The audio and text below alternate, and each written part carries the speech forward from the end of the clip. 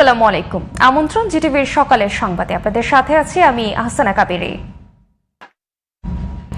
দর্শক, হাম ও ডেঙ্গু পরিস্থিতির খবর জানাতে খুলনা থেকে যুক্ত হচ্ছেন যোজনা এবং অন্যান্য হাতের। ধন্যবাদ কাবেরী।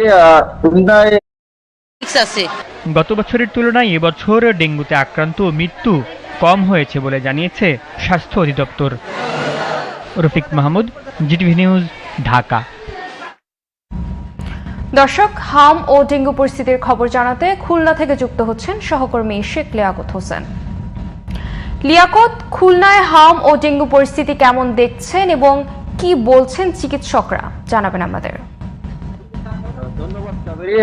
খুলনায় হাম এবং ডেঙ্গু পরিস্থিতি আগের চেয়ে বেড়েছে। বিশেষ করে ডেঙ্গু এখন এই মুহূর্তে ভর্তি রয়েছে খুলনা মেডিকেল কলেজ সহ খুলনার যে 9টি যোজনা এবং অন্যান্য হাসপাতালগুলি রয়েছে সেখানে ভর্তি রয়েছে 270 জন এবং গত 24 ঘন্টায় ভর্তি হয়েছে 81 জন।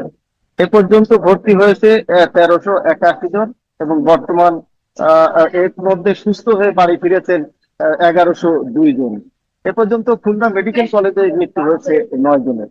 ডেঙ্গু বিষয়ে খুলনা সিটি কর্পোরেশন স্বাস্থ্য বিভাগ বেশ কাজ করছে এবং খুলনা সিটি কর্পোরেশন মশক নিধন সহ ড্রেন পরিষ্কার এবং পরিষ্কার সহ যাবতীয় কার্যক্রম করছে। তারপরেও ডেঙ্গুর যে হার সেটি আরো বেড়েছে আগের চেয়ে।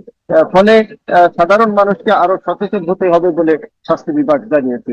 অপরদিকে এর পাশাপাশি হামের উপদ্রব এখনো কমেনি।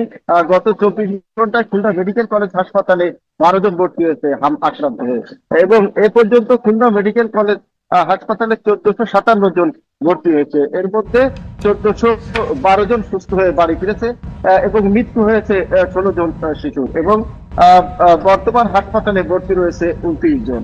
এবং হামের বিষয়ে আসলে সচেতন মানুষ হয়নি, যে কারণে হাম ছোঁয়াচে রোগ, এটি আরো সচেতন হবে বলে স্বাস্থ্য বিভাগ জানিয়েছে। তো এ ছিল খুলনা থেকে হাম এবং ডেঙ্গুর সবশেষ তথ্য। কাবেরী। লিয়াকত, আপনাকে ধন্যবাদ।